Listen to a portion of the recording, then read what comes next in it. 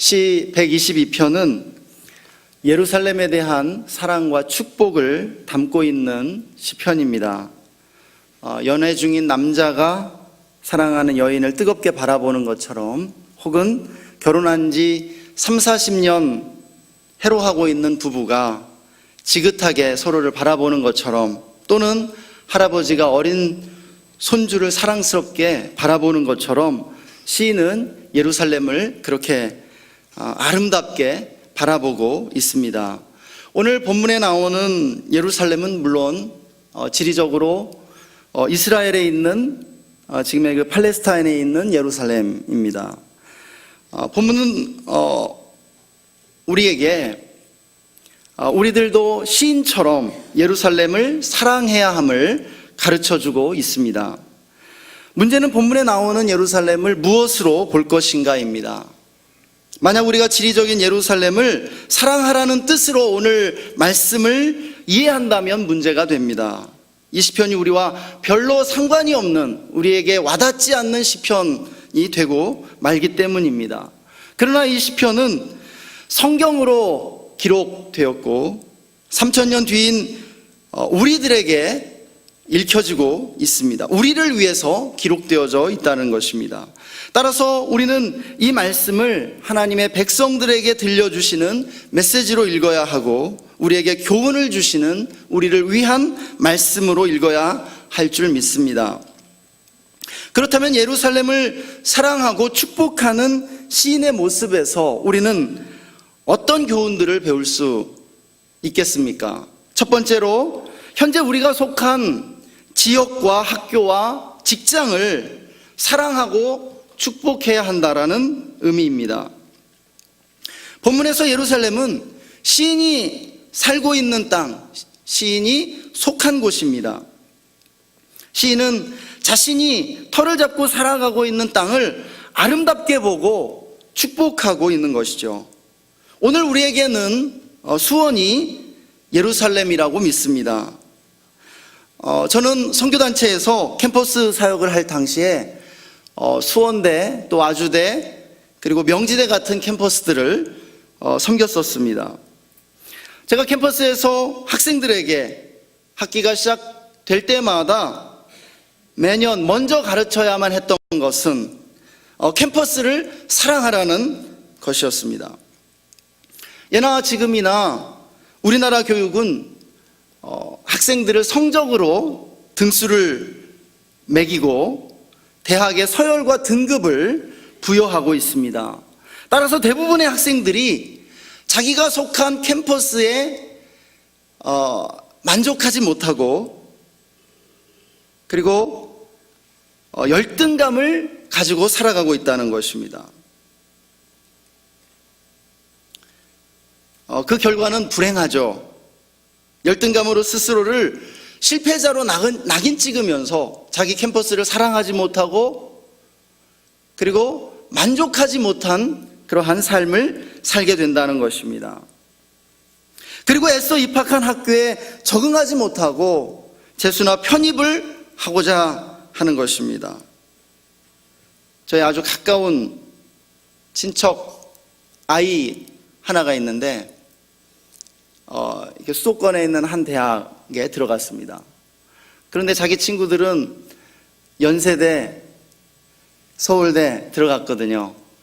자기가 더 잘할 수 있는데 만족하지 못하는 것입니다. 그래서 재수를 했습니다. 근데 안 됐어요. 군대 갔다 왔습니다. 다시 재수를 했습니다. 지금 38이 됐습니다. 제가 만날 때마다 제발 그러지 말라고, 너의 인생을 낭비하지 말라고 그렇게 요청하지만은 들리지 않습니다. 이미 너무 많이 왔거든요. 한 번만 더 해보고 싶다는 그 유혹을 떨치지 못하는 것을 보고 있는 것입니다. 하나님께서 우리에게 주시고자 하는 풍성한 삶을 누리기 위해서 우리가 가장 먼저 필요한 것은 우리가 속한 지역과 그리고 캠퍼스와 직장을 사랑하고 축복하는 것입니다. 그런데 이것이 학생들만의 문제가 아니라는 것입니다. 모든 사람은 자신의 학교와 직장과 삶의 터전으로 부르심받았습니다. 우리가 수원에 살고 있으면서 서울을 부러워한다면 행복하기가 어렵습니다. 하나님께서는 우리에게 땅을 주셨습니다. 땅은 어머니 품과 같습니다. 제가 정말 힘들고 지쳤을 때 찾는 곳이 있습니다. 고향입니다. 그런데 희한하게도 고향을 다녀오면 제가 새로운 힘을 얻고 저 자신이 강해져 있는 것을 발견하게 됩니다. 고향이 저를 안아주고 저에게 힘을 주는 것이죠. 마찬가지로 우리가 이 수원을 사랑할 수 있을 때 이 수원이 우리에게 힘을 줍니다. 수원이 우리에게 힘을 줄 수 있으려면 우리가 수원을 사랑하고 아름답게 볼 수 있어야 한다는 것입니다. 저의 선배님 중 한 분이 후배들인 저희에게 가르쳤던 것은 땅을 사랑하라고, 땅을 마음으로 사라고 가르쳤습니다. 늘 그것이 저의 마음에 남아 있습니다. 저는 수원에 오면서 제일 먼저 기도했던 것은 하나님, 제가 수원을 사랑할 수 있게 해주십시오. 제가 이렇게 교회에서 사역을 시작한 이후로 팔달산에 많이 올라갔습니다. 수원을 보면서 밤에도 올라가고 낮에도 올라가고 수원을 보면서 수원을 축복하고, 이 땅이 얼마나 아름다운 땅인가에 대해서 묵상을 하곤 했습니다. 화성을 한 바퀴 돌면서 특별히 제가 섬겼던 구대교구를 이렇게 축복하면서 그 땅이 경제적으로 점점 낙후해져 가는 것에 대해서 이렇게 좀 마음도 아프고 그랬지만, 어쨌든 우리가 있는 이 땅을 사랑할 수 있어야 한다는 것입니다. 이것이 시편 122편이 우리에게 말해주는 것입니다. 두 번째로 본문은 우리가 속한 교회를 사랑하고 축복해야 함을 가르쳐주고 있습니다. 본문에서 여호와의 집은 예루살렘과 동의어로 사용되고 있음을 볼 수 있습니다. 교회는 영적 예루살렘으로서 우리가 속한 교회가 바로 우리의 예루살렘이라는 것입니다. 교회 중심의 삶, 교회를 사랑하는 삶이 성령 충만한 삶의 특징인 줄 믿습니다. 본문 1절은 사람이 내게 말하기를 여호와의 집에 올라가자 할 때에 내가 기뻐하였도다 말씀하고 있습니다. 시인에게는 예배하러 가는 것이 기쁨이요 삶의 낙이었다라고 말하는 것입니다. 오늘날에도 날마다 교회에 출근 도장을 찍는 분들이 계십니다. 교회 오는 것을 세상의 오락보다 더 즐거워하고 기뻐하는 것이죠. 이런 분들에게 물어보면 교회 오는 게 제일 즐겁고 기쁘다라고 말합니다. 이들이 바로 교회를 세우는 초석과 같은 믿음의 사람들입니다. 교회는 오늘날에도 이러한 분들에 의해서 유지되고 부흥하고 있는 것입니다. 하나님께서는 아브라함에게 너를 축복하는 자에게는 내가 복을 내리고 너를 저주하는 자에게는 내가 저주하겠다고 말씀하셨습니다. 갈라디아서는 교회가 예수 그리스도를 믿음으로 아브라함의 영적 후손이 된 그리스도인들의 모임임을 가르쳐줍니다. 그러므로 교회를 축복하는 자는 복을 받고 교회를 대적하는 자는 하나님의 진노의 심판에 직면하게 된다는 것입니다. 오늘날 많은 이들이 교회를 대적하고 교회를 저주하는 모습을 보게 됩니다. 그러나 이것이 얼마나 무시무시한 일인지를 깨달아야 합니다. 예수님께서는 마태복음 12장 31절 32절의 말씀을 통해서 사람의 모든 죄와 회방은 사하심을 얻되 성령을 회방하는 것은 사하심을 얻지 못하겠고, 또 누구든지 말로 인자를 거역하면 사하심을 얻되 누구든지 말로 성령을 거역하면 이 세상과 오는 세상에도 사하심을 얻지 못하리라 말씀하셨습니다.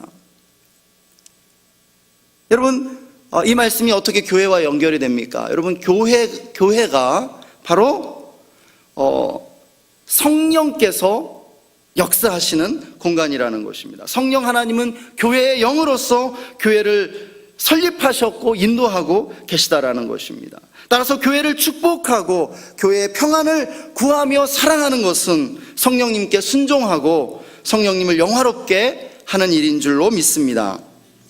세 번째로 본문은 예루살렘과 좋은 관계를 누리며 살기 위해서 우리가 영적 지도자와 좋은 관계를 맺는 것이 중요한 요소임을 암시해주고 있습니다. 제가 암시라고 말씀드렸습니다. 사실 예루살렘과 시인 사이의 중간에 시인과 예루살렘을 연결시켜주고 있는 어떤 존재가 있습니다. 그것이 바로 영적 지도자라는 것입니다. 우리가 이 시편을 오늘 우리의 삶의 정황에 적용시켜보면 분명하게 그것을 볼 수가 있습니다. 오늘날 영적 지도자는 목사입니다. 남녀노소 빈부 귀천을 막론하고 신앙인이 신앙 공동체와 관계를 맺고자 할 때 먼저 만나게 되고 도움을 받게 되는 것은 다름 아닌 목사입니다. 한마디로 빈부 귀천, 남녀노소를 떠나서 모든 신앙인들은 목사라고 하는 존재를 필요로 하고 있다는 것입니다. 목사와의 관계가 영적인 삶에 대단히 중요하고 신앙 공동체와의 관계에 결정적인 역할을 하게 되는 것이 사실입니다.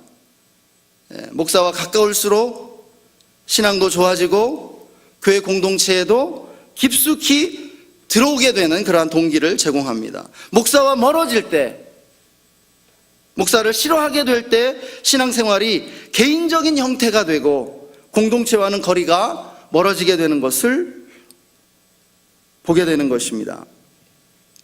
초대교회의 유명한 교부였던 이레니우스는 교회가 진정한 사도적 전통을 갖고 있으며 공인되고 질서 잡힌 목사직은 필연적으로 교회의 참된 본질과 관련된다고 말했습니다. 어려운 말인데 쉽게 말하면 목사 없는 교회는 참된 교회가 아니라고 하는 것입니다. 2000년 기독교 역사를 보면 목사를 교회에서 아버지로 호칭하고 있습니다. 지금도 가톨릭 교회는 사제를 Father라고 부르죠. 신부라고 하는 것은 하나님이 주신 아버지, Godfather, Father입니다. Father, 아버지라는 것이에요. 저는 10년 전에 가장 오래된 기독교, 고대 기독교죠. 고대 기독교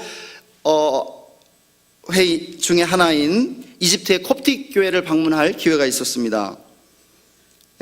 이집트가 이슬람화된 지 1000년이 이상이 지났지만 아직까지도 존재하고 있는 그러한 이집트 교회입니다. 그런데 그곳에서도 사제를 아버지라고 부르고 있어요. 그러니까 그 아랍어로 아부가, 그러니까 아브라함의 아부죠. 아부가 아버지를 의미하는데요. 사제의 이름 앞에 아부를 붙였습니다. 아부 누구라고 하는 것이죠. 개신교에서도 목사를 교회의 아버지라고 말했던 사람이 바로 칼빈입니다. 칼빈은 만인 제사장론을 주장하면서 동시에 목사는 아버지, 수호자, 지도자, 파수꾼, 그리고 이 모든 것을 합한 것 그 이상이라고 말했습니다. 영적 권위는 우산과 지붕에 비유되곤 합니다. 권위라는 우산 아래 들어가야 비바람으로부터 보호를 받는다라는 것입니다. 건물의 지붕은 건물을 완성시켜 줍니다. 여러분, 우리 교회 건물을 보십시오. 만약에 지붕이 없다면 여기 앉아 있을 사람이 없습니다. 비바람과 서리로부터 이 건물을 보호해 줄 수 없고요. 이 건물은 금방 폐허로 변하게 될 것입니다.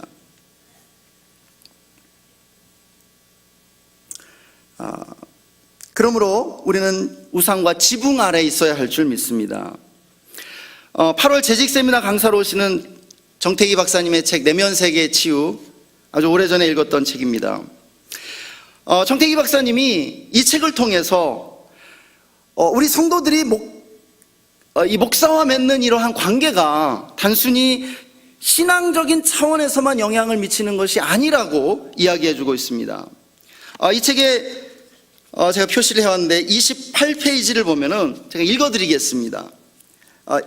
다 읽어드리면 시간이 걸리니까 오래전에 서울의 어느 교회 한 목사님이 계셨는데요. 독재 시대였습니다. 그래서 반독재 투쟁을 하는 그러한 목사님이었는데요.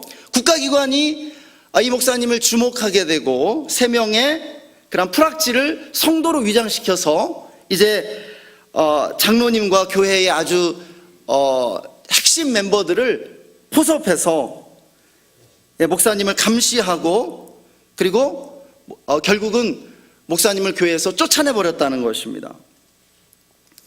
그래서 이제 교회에서 쫓겨난 목사님이 경찰서 앞에서 6년 동안이나 주일마다 노상 예배를 드렸다는 거예요.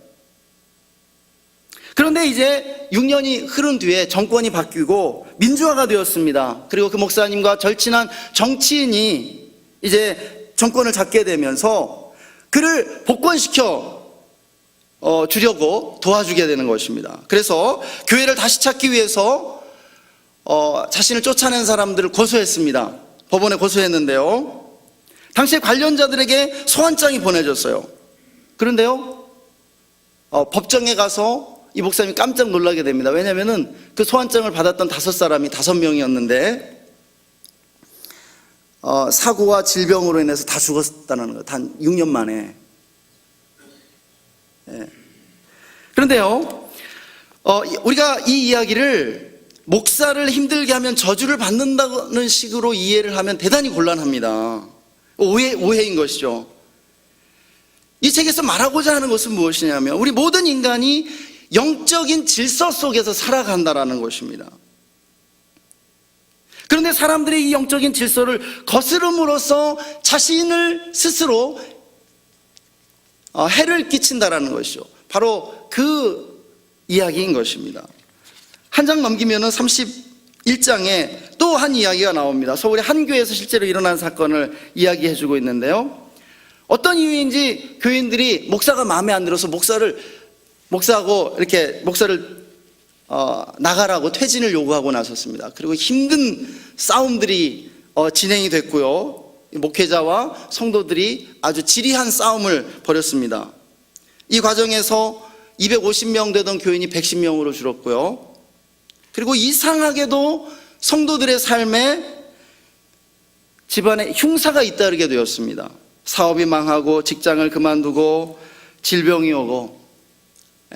그런데요, 결국 그 목회자가 떠났습니다. 그리고 새로운 목회자가 왔는데 새로 부임한 목사와 교인들의 사이가 대단히 좋았다는 거예요. 반대로. 그러니까는 신기하게도 이 새로운 목사가 부임한 이후로 교인들의 가정과 사업이 회복되어지기 시작했다는 것입니다. 이에 대해서 이렇게 말합니다. 언뜻 보기에 놀라워 보이는 이런 현상은 사실 당연한 결과입니다.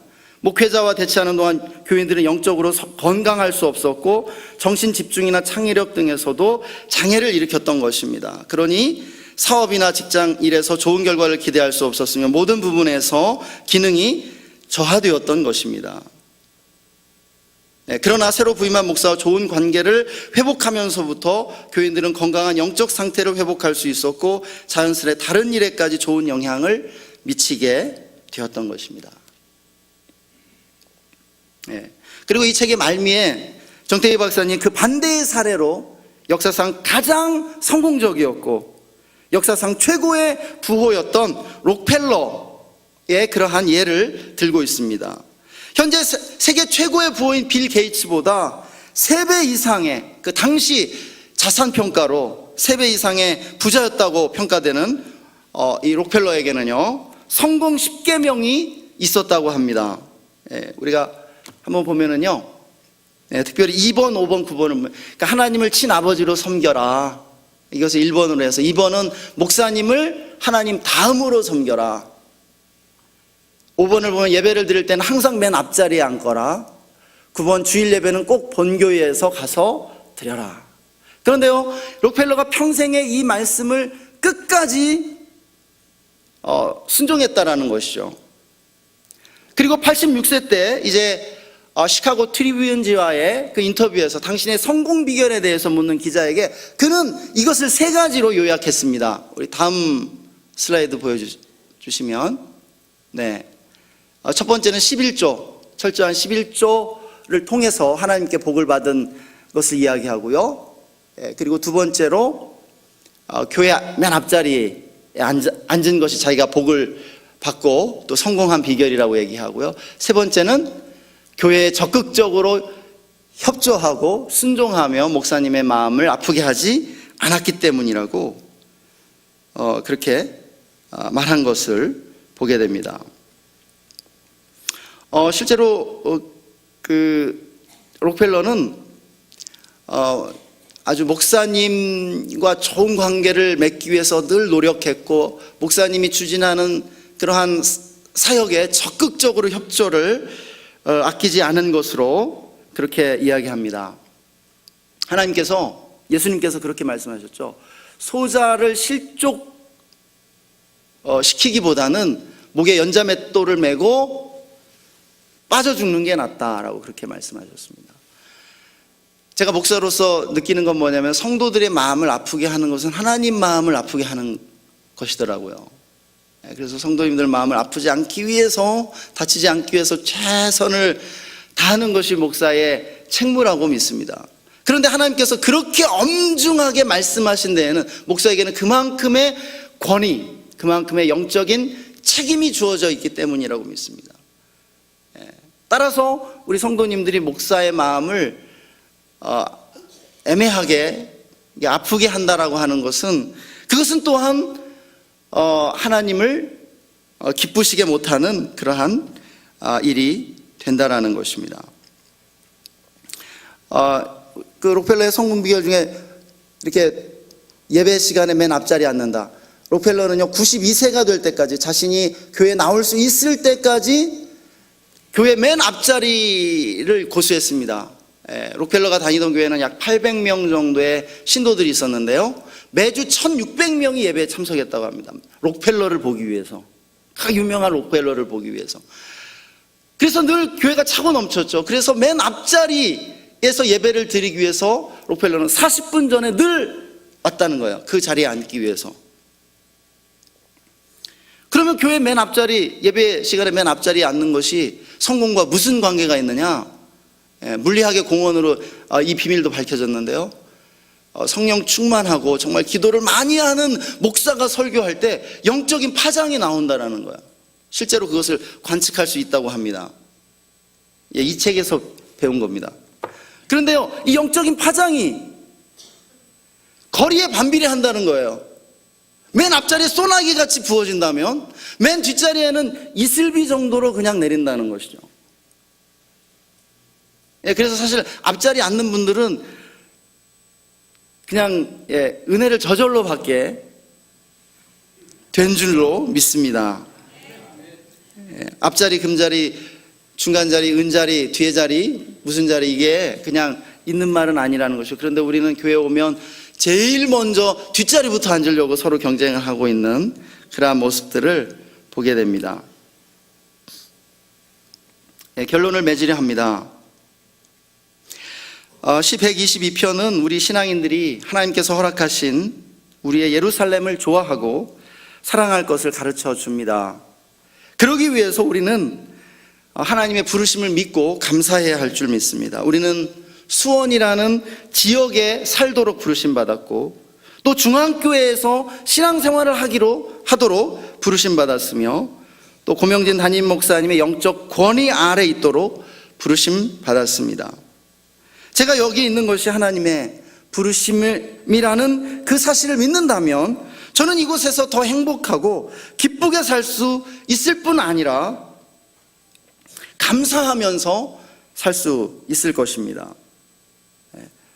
더 좋은 교회가 있지 않을까 생각하면서, 더 좋은 교회에서 사역할 수 있을까 생각하면서 제가 막 사역한다면요, 얼마나 힘들겠습니까?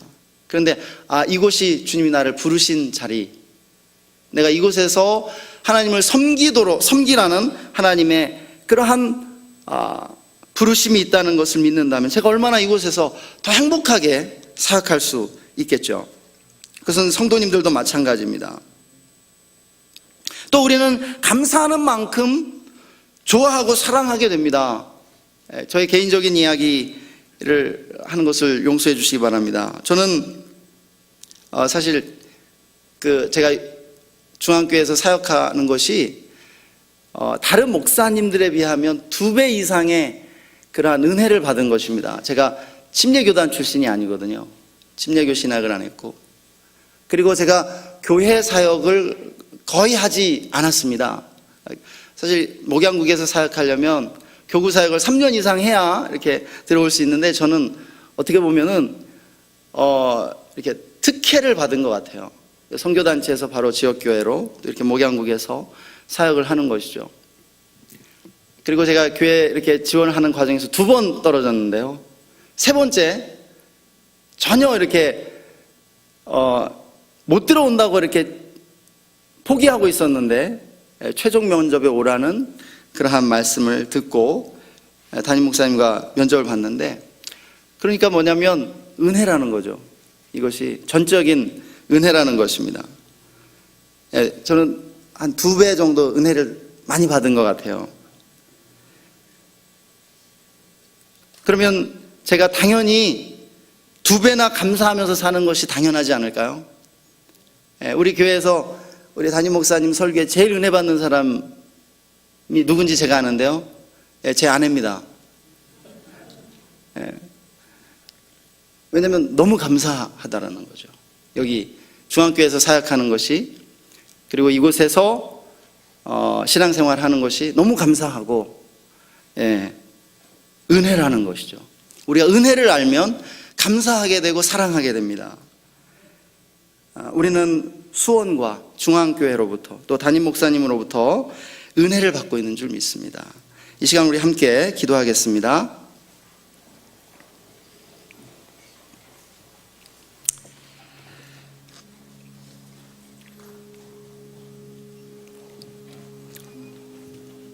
이 시간 오늘 말씀을 잠시 묵상하면서 우리 기도하기를 원합니다. 오늘 말씀을 통해서 하나님께서 여러분에게 들려주시는 음성은 무엇입니까? 오늘 이 시간 우리가 수원과 중앙교회와 또 담임 목사님으로 인해서 감사하면서 우리가 부르심 받은 이 예루살렘을 우리도 시편 122편의 시인처럼 더 좋아하고 아름답게 보고 사랑할 수 있게 해달라고 우리가 이 시간 함께 기도하기를 원합니다. 우리 함께 기도하겠습니다. 하나님 아버지 감사합니다. 주님을 찬양합니다. 아버지 감사합니다. 아버지 주님 우리를 우리의 예루살렘으로 불러주심을 감사합니다. 하나님 우리가 살고 있는 이 수원이 또 우리의 중앙교회가 아버지 영적인 예루살렘인 줄 믿습니다. 또 하나님 우리가 분명히 담임 목사님의 영적 권위 아래에 있도록 부르심받은 줄 믿습니다. 하나님 우리가 우리의 예루살렘을 더 기뻐하고 아름답게 보며 더 좋아하고 사랑할 수 있도록 인도하여 주시옵소서. 아버지 우리가 수원을 축복합니다. 아버지 수원을 주님 손에 올려드립니다. 수원이 가장 아름답고 살기 좋은 도시가 되게 하여 주시옵소서. 범죄가 없는, 범죄가 사라진 거룩하고 의로운 도시가 되게 하여 주시옵소서. 하나님의 도성이 되게 하여 주시옵소서. 아버지 중앙교회를 축복합니다. 중앙교회 평안을 구합니다. 중앙교회에 날마다 은혜를 부어주시기 원합니다. 또 담임 목사님을 축복해 주시기를 원합니다. 날마다 성령 충만케 하여 주시고 영육간에 강건케 하여 주옵소서. 우리 계속해서 교회를 위해서 기도했으면 좋겠습니다. 특별히 우리 교회 여름 사역을 위해 기도해 주시면 좋겠습니다. 미취학처 7월 15일부터 16일 또 22일부터 23일 2주간 금토에 걸쳐 4일간의 여름성경학교를 진행합니다. 아동처와 청소년처가 7월 29일 30일 1박 2일로 아산시 도고면에서 복음캠프를 진행합니다. 사랑청년부 7월 15, 16, 사랑청소년부 8월 14, 15일 캠프가 있습니다. 7월 31일부터 8월 6일까지 몽골에서 세계 선교대회가 개최됩니다. 120여 명의 우리 성도님들이 함께 참여하게 됩니다.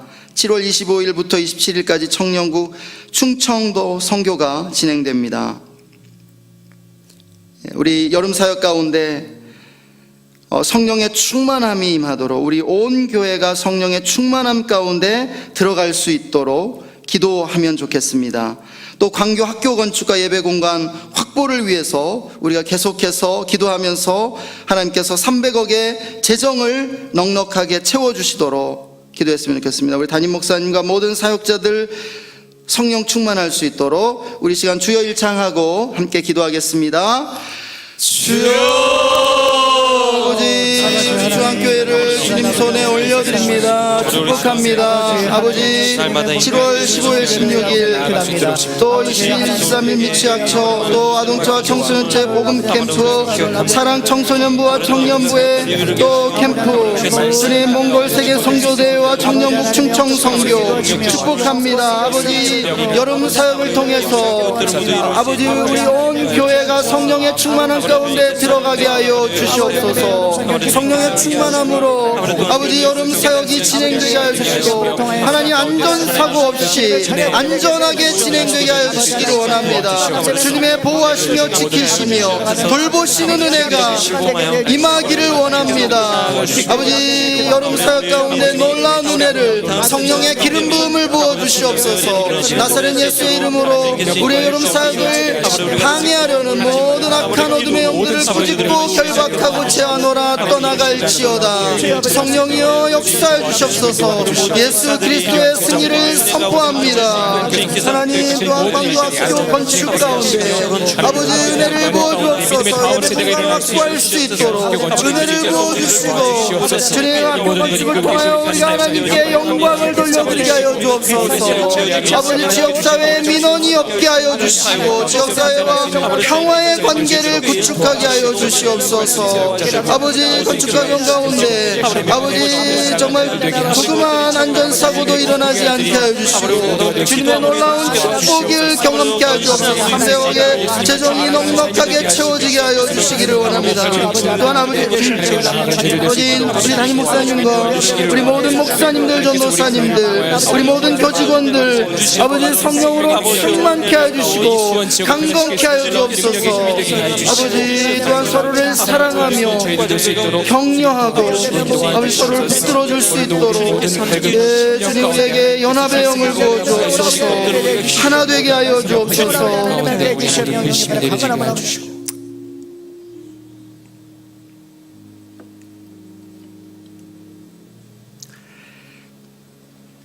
하나님, 우리를 사랑해 주심을 감사합니다. 우리에게 예루살렘을 주셔서 감사드립니다. 하나님, 수원은 예루살렘과 같이 조밀한 성읍이며 아름다운 땅임을 고백합니다. 하나님, 중앙교회는 우리에게 주신 우리의 영적 예루살렘임을 고백합니다. 아버지, 교회를 중심으로 사는 우리 모두의 삶이 되게 하여 주시옵소서. 하나님, 또한 우리 담임 목사님을 축복해 주시고 늘 영육간에 강건케 하시며 성령 충만한 하루하루를 살아가실 수 있도록 은혜를 베풀어 주시길 원합니다. 우리 모든 성도님들이 목사님 사랑하고 좋아하고 존경하며 목사님과 한 마음과 한 뜻을 이루어 하나님의 인도하심을 따라 나아갈 수 있도록 인도해 주시기를 간절히 간구합니다. 오늘도 우리의 삶 가운데 함께 해주신 주님 감사합니다. 또 주님 앞에 물질을 드린 모든 손길들 기억하여 주시고 축복하여 주옵소서. 감사하며 존귀하신 예수님의 이름으로 기도드렸습니다. 아멘. 계속해서 가지고 나온 기도 제목 가지고 기도하시다가 돌아가시겠습니다. 특별히 안수기도가 필요하신 분 앞으로 나오시면 기도해 드리겠습니다.